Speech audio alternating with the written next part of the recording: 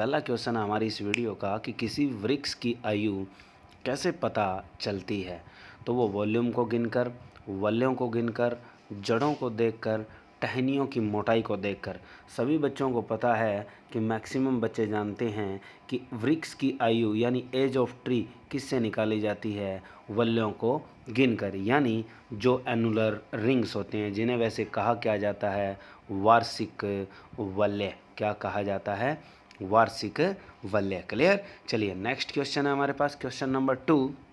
बिना मिट्टी के पादप उगाना क्या कहलाता है, यानी इसे बोलते हैं हम जल संवर्धन, यानी पानी में उगाना। तो हाइड्रोफोबिया है, हाइड्रोजनीकरण है, हाइड्रोलाइसिस है या हाइड्रोपोनिक्स है। तो बिना मिट्टी के पादप को उगाना क्या कहलाता है, हाइड्रोपोनिक्स। क्लियर। वैसे इसे हिंदी में क्या बोलते हैं, हम जल संवर्धन बोलते हैं। याद रखना कि जल संवर्धन क्या है, बिना मिट्टी के पादप को उगाना। क्लियर। चलिए नेक्स्ट क्वेश्चन। किस वैज्ञानिक को आनुवांशिकी का पिता कहा जाता है, यानी फादर ऑफ जेनेटिक्स हेरिडिटी। ठीक है, तो फादर ऑफ जेनेटिक्स किसे कहा जाता है, आनुवांशिकी का पिता किसे कहा जाता है, ग्रेगर मेंडल को कहा जाता है। इंपॉर्टेंट क्वेश्चन है कि किस वैज्ञानिक को आनुवांशिकी का पिता कहा जाता है, ग्रेगर मेंडल। क्लियर। चलिए नेक्स्ट क्वेश्चन हमारे पास। कृत्रिम वीर्य सेचन के उद्देश्य से वीर्य को किस में संचित किया जाता है। खास क्वेश्चन है, काफ़ी बार उठ चुका है। ठोस नाइट्रोजन में, द्रवित नाइट्रोजन में, गैसीय नाइट्रोजन में या ठोस कार्बन डाइऑक्साइड में। तो याद रखना, वीर्य को जो संचित किया जाता है कृत्रिम वीर्य सेचन के लिए, तो वो किया जाता है नाइट्रोजन में स्टोर। क्लियर। अब बात यह है कि वो नाइट्रोजन अवस्था कौन सी होती है, तो आपको क्या याद रखना है, द्रवित नाइट्रोजन में। क्लियर। एक क्वेश्चन यहाँ पे ये और बता देता हूँ, इस क्वेश्चन का आंसर हमारे पास क्या होगा, द्रवित नाइट्रोजन। और एक चीज़ ये पूछी जाती है कि इस नाइट्रोजन का टेम्परेचर क्या होता है। तो आपके पास इस नाइट्रोजन का टेम्परेचर अगर लो तो कितना लिखा जाएगा, -196 डिग्री सेल्सियस के करीब। क्लियर। और अगर आपसे पूछ ले कि केल्विन क्या होंगे, ये आप लोग मुझे बताओगे कि कितने केल्विन टेम्परेचर पे रखा जाता है, यानी एक तरह से वो नाइट्रोजन का लिक्विफाइड टेम्परेचर होता है। क्लियर। चलिए नेक्स्ट क्वेश्चन हमारे पास है। किसी बच्चे का लिंग निर्धारण किससे होता है, माता के गुणसूत्रों से, पिता के गुणसूत्रों से, माता पिता के क्रोमोसोम से, दादा दादी के गुणसूत्र। दोबारा, तो याद रखना किसी भी बच्चे का लिंग निर्धारण किससे होता है, पिता के गुणसूत्रों से, यानी फादर क्रोमोसोम्स। क्लियर। चलिए नेक्स्ट क्वेश्चन हमारे पास। अर्थवॉर्म किस संघ का प्राणी है, यानी अर्थवॉर्म कहते किसे हैं, वैसे बता देता हूँ, केंचुआ। हमारे पास अर्थवॉर्म क्या है, केंचुआ। तो केंचुआ किस संघ का प्राणी है, एनेलिडा का है, मोलस्का का है, इकाइनोडर्मेटा का है या आर्थ्रोपोडा का है। तो अर्थवॉर्म यानी केंचुआ हमारे पास किस संघ का प्राणी है, एनेलिडा संघ का प्राणी है। क्लियर। चलिए, कौन सा विटामिन वसा में अघुलनशील है। देखो, जो वसा में घुलनशील है तो हमारे पास जैसे ट्रिक पढ़ते आए हो, कीड़ा बचा। ठीक है, कीड़ा बचा पानी में डूबने से, तो पानी में जो बचा है बी और सी वो पानी में घुलनशील होती है, और कीड़ा यानी KEDA ये जो विटामिन है ये हमारे पास वसा में घुलनशील होती है। तो हमारे पास कीड़ा ज़्यादातर किस में जाता है, घी में। क्लियर।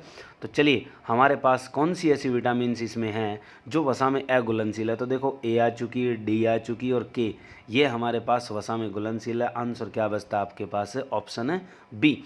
तो विटामिन सी जो है वो क्या होगी, वसा में अघुलनशील। एक और याद रखो, बी और सी ये दोनों विटामिन ज़्यादातर किस में घुलती है, हमारी पानी में। क्लियर। इंपॉर्टेंट क्वेश्चन है। चलिए नेक्स्ट क्वेश्चन। गैसोलीन को किसके साथ मिश्रण करके गैसोहॉल बनाया जाता है। तो गैसोलीन एक तरह से क्या है, आपके पास बहुत ज़बरदस्त पेट्रोलियम ईंधन है। क्लियर। जो वायुयान में भी यूज होता है। इसके बाद आपसे क्वेश्चन ये पूछा जाता है कि गैसोलीन किसके साथ मिश्रित करके गैसोहॉल में परिवर्तित की जाती है।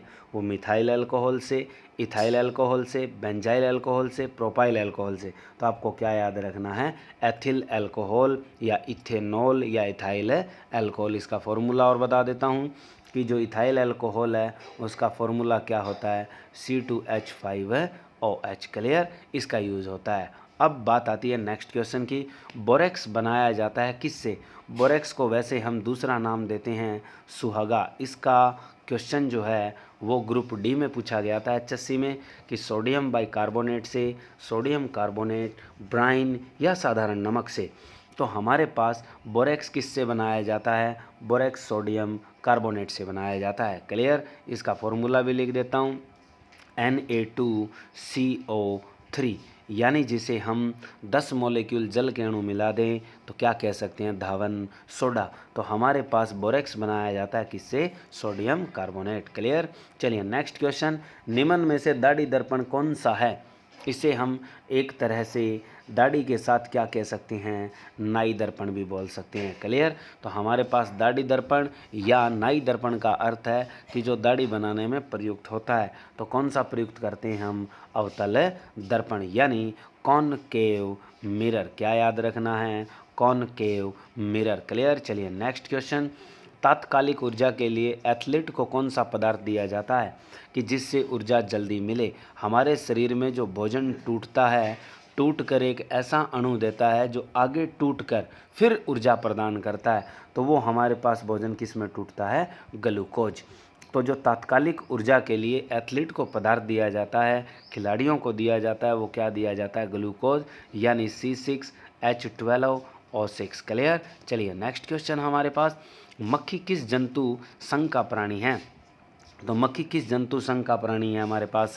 तो याद रखो, आर्थ्रोपोडा में, एनेलिडा, मोलस्का या निमेटोडा। तो मक्खी किस में आती है हमारे पास? कीट जितने भी हैं मैक्सिमम वो किस में है? आर्थ्रोपोडा। क्लियर? चलिए नेक्स्ट क्वेश्चन हमारे पास, मनुष्य का पाचन क्रिया का प्रारंभ कहाँ से होता है? मुख से होता है, बड़ी आंत से होता है, अग्नाशय से होता है, यकृत यानी माउथ, लार्ज इंटेस्टाइन, पैंक्रियाज और लिवर। तो हमारे पास पाचन क्रिया कहाँ से शुरू होती है? आंत, आहार नाल। आहार नाल का पहला हिस्सा कहाँ से स्टार्ट होता है? मुख से। तो हमारे पास पाचन क्रिया कहाँ से प्रारंभ होती है? मुख से होती है। क्लियर? Important question. चलिए नेक्स्ट, कौन सा तत्व रक्त दाब नियंत्रित करने में सहायक तथा जल संतुलन को बनाए रखता है? किसकी बात हो रही है? रक्त कणिकाओं के साथ की बात हो रही है। ये क्वेश्चन मैंने बहुत बार बता भी दिया है। हमारे पास ऐसा कौन सा तत्व है जो लाल रक्त कणिकाओं के चारों ओर फैला होता है, जो जल संतुलन और रक्त दाब नियंत्रण को बनाए रखता है? तो वो कौन सा होता है? सोडियम। क्लियर? कौन सा होता है? सोडियम। इंपॉर्टेंट क्वेश्चन है। तो सोडियम आयन क्या होते हैं? रक्त कणिकाओं के चारों ओर। चलिए नेक्स्ट क्वेश्चन, बहिर्स्त्रावी तथा अंतःस्त्रावी दोनों प्रकार की कौन सी ग्रंथि है? तो मानव शरीर में जो बहिर्स्त्रावी यानी बाहर स्त्रावण करती है, outer secretion and internal secretion, दोनों प्रकार का काम करती है, वो कौन सी ग्लैंड है? तो वो आपकी अग्नाशय पैंक्रियाज है, लीवर है, मास्टर ग्रंथि है और लार ग्रंथि है। तो वो हमारे पास क्या है? अग्नाशय। अग्नाशय को वैसे हम क्या कहते हैं? मिश्रित ग्रंथि। एक बात ये भी याद रखो। इसके बाद इम्पोर्टेंट क्वेश्चन ये उठता है यहाँ पर कि जो बहिर्स्त्रावण होता है वो उसमें क्या होता है कि अग्नाशय में जो ग्रंथि है उसकी बहिर्स्त्रावण कोशिकाएं या बहिर्स्त्रावण नालियाँ किसका स्त्रावण करती है? तो याद रखना, वो आपका अक्षारीय अग्नाशय रस प्रदान करती है। क्लियर?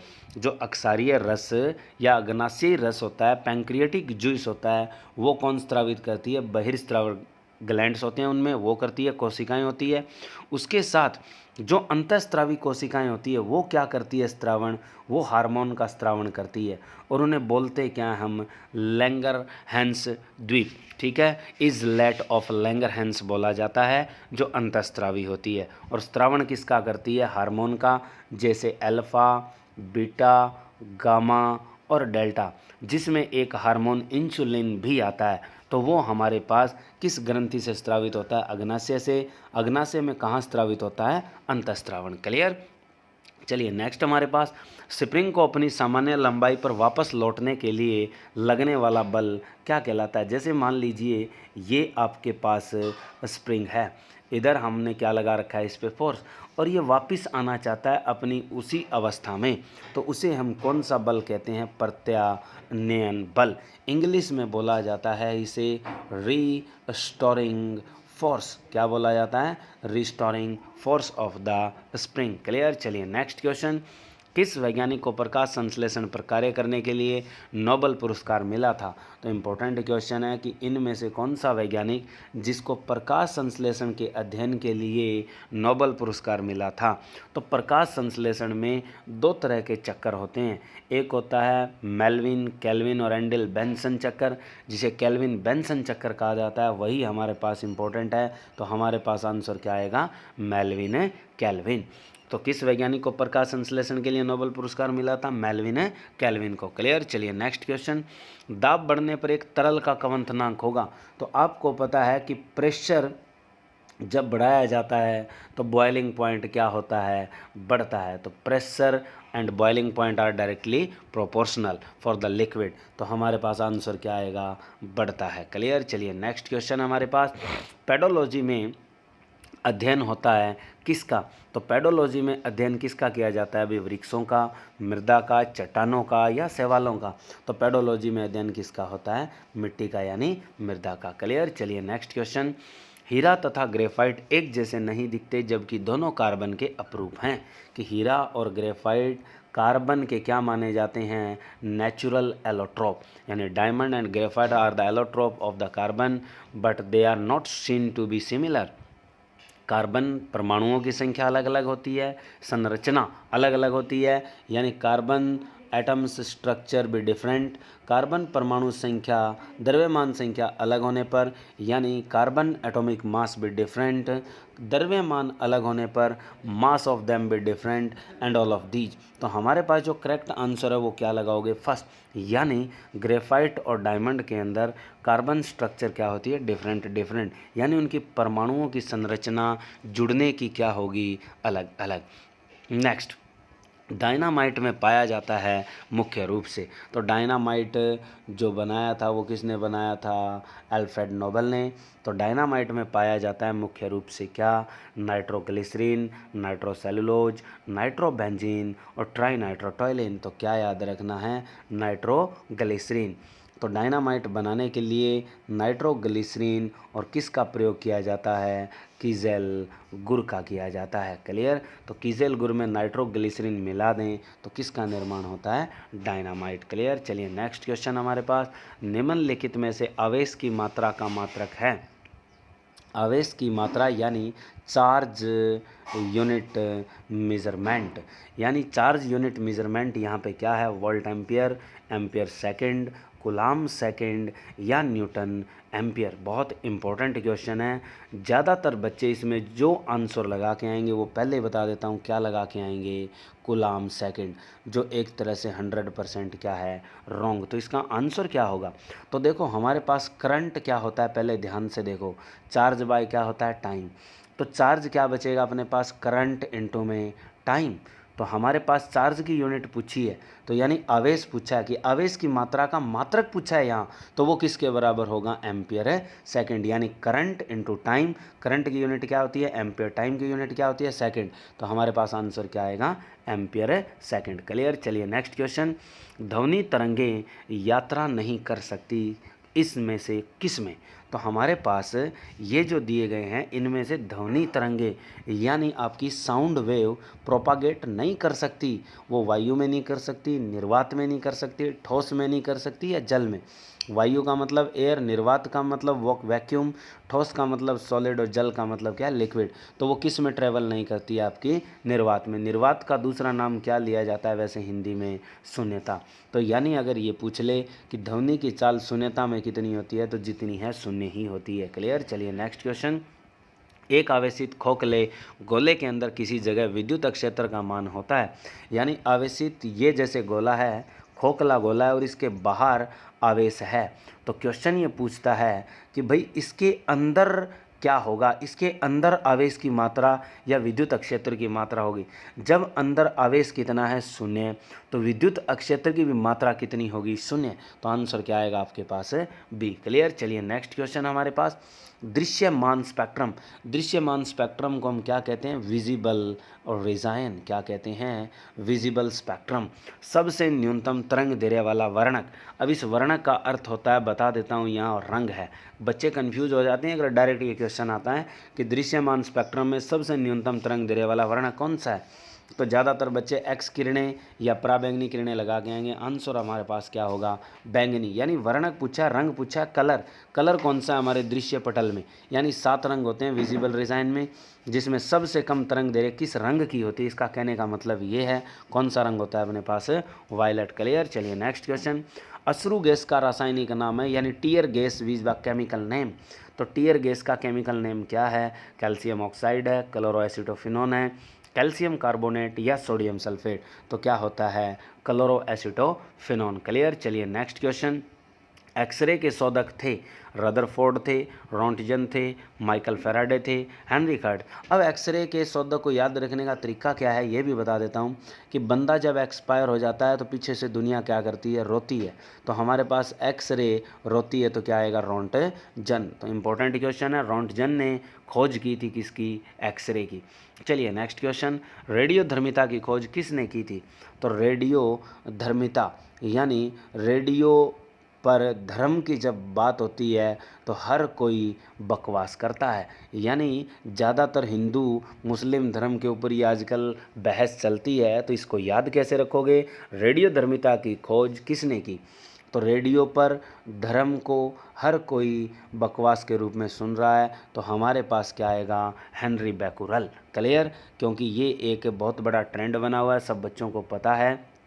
चलिए, किसी गतिमान वस्तु की गति दोगुनी हो जाए तो गतिज ऊर्जा होगी, कि किसी गतिमान वस्तु की गति दोगुनी हो जाए तो गतिज ऊर्जा होगी। गतिज ऊर्जा का फॉर्मूला क्या होता है, हाफ mv²। देखो इसके बारे में इसने जिक्र ही नहीं किया, कि यानी 1/2 और m, ये चीज़ क्या है, स्थिरांक। जो चीज़ बदल रही है वो फोकस करो, बदल क्या रही है, गति। अब गति का क्या है हमारे पास, वर्ग। उसने कहा है गति को दुगना कर दो। जब गति को हम दुगना करेंगे तो 2 लिख दो। अब गति का क्या होता है उसमें, वर्ग। तो उत्तर कितना आएगा हमारे पास, 4। तो हमारे पास क्या आएगी, चौगुनी। यानी एक किसी गतिमान वस्तु की गति को दुगना कर दें तो गतिज की ऊर्जा कितनी हो जाएगी, 4 गुना। क्लियर। चलिए नेक्स्ट क्वेश्चन, कॉफ़ी में सबसे महत्वपूर्ण उत्तेजक कैफीन है, तो चाय में सबसे महत्वपूर्ण उत्तेजक पदार्थ क्या है, कि वो कोकीन है, यूरेनॉल, यूरिया और थीन। तो चाय में जो आपका उत्तेजक यानी स्फूर्ति देने वाला पदार्थ है वो क्या होता है, थीन्स होते हैं। क्लियर। चलिए नेक्स्ट क्वेश्चन हमारे पास, फैराड खालिस्तान की इकाई है। फैराड किसकी इकाई होता है, एक होता है फैराडे, एक होता है फैराड। तो फैराड किसकी इकाई होती है, ऊष्माधारिता यानी हीट कैपेसिटी। धारिता को कहते हैं हम कैपेसिटेंस। मोलर ऊष्माधारिता यानी मोलर हीट कैपेसिटी, या इनमें से कोई नहीं तो किसकी होती है, कैपेसिटेंस की यूनिट होती है धारिता।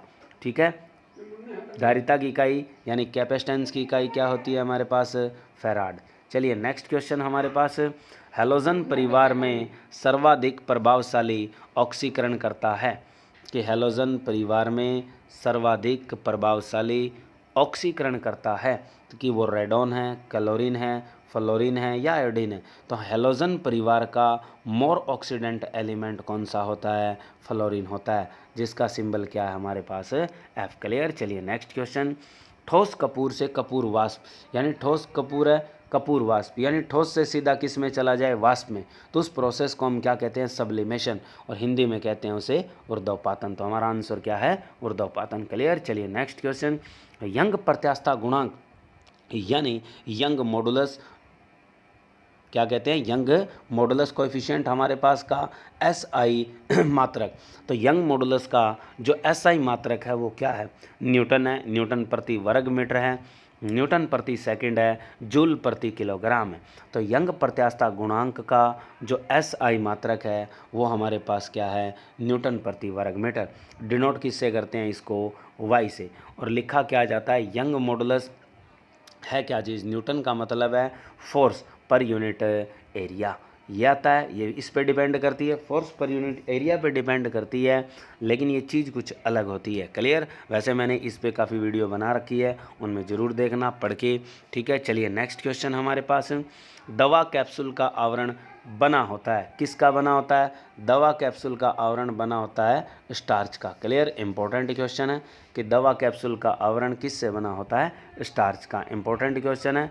अब आज के लिए ही इस वीडियो में इतना ही। ज़्यादा से ज़्यादा शेयर और लाइक भाई ज़रूर करना। जिस बच्चे ने सब्सक्राइब नहीं कर रखा चैनल वो सब्सक्राइब ज़रूर करें। धन्यवाद।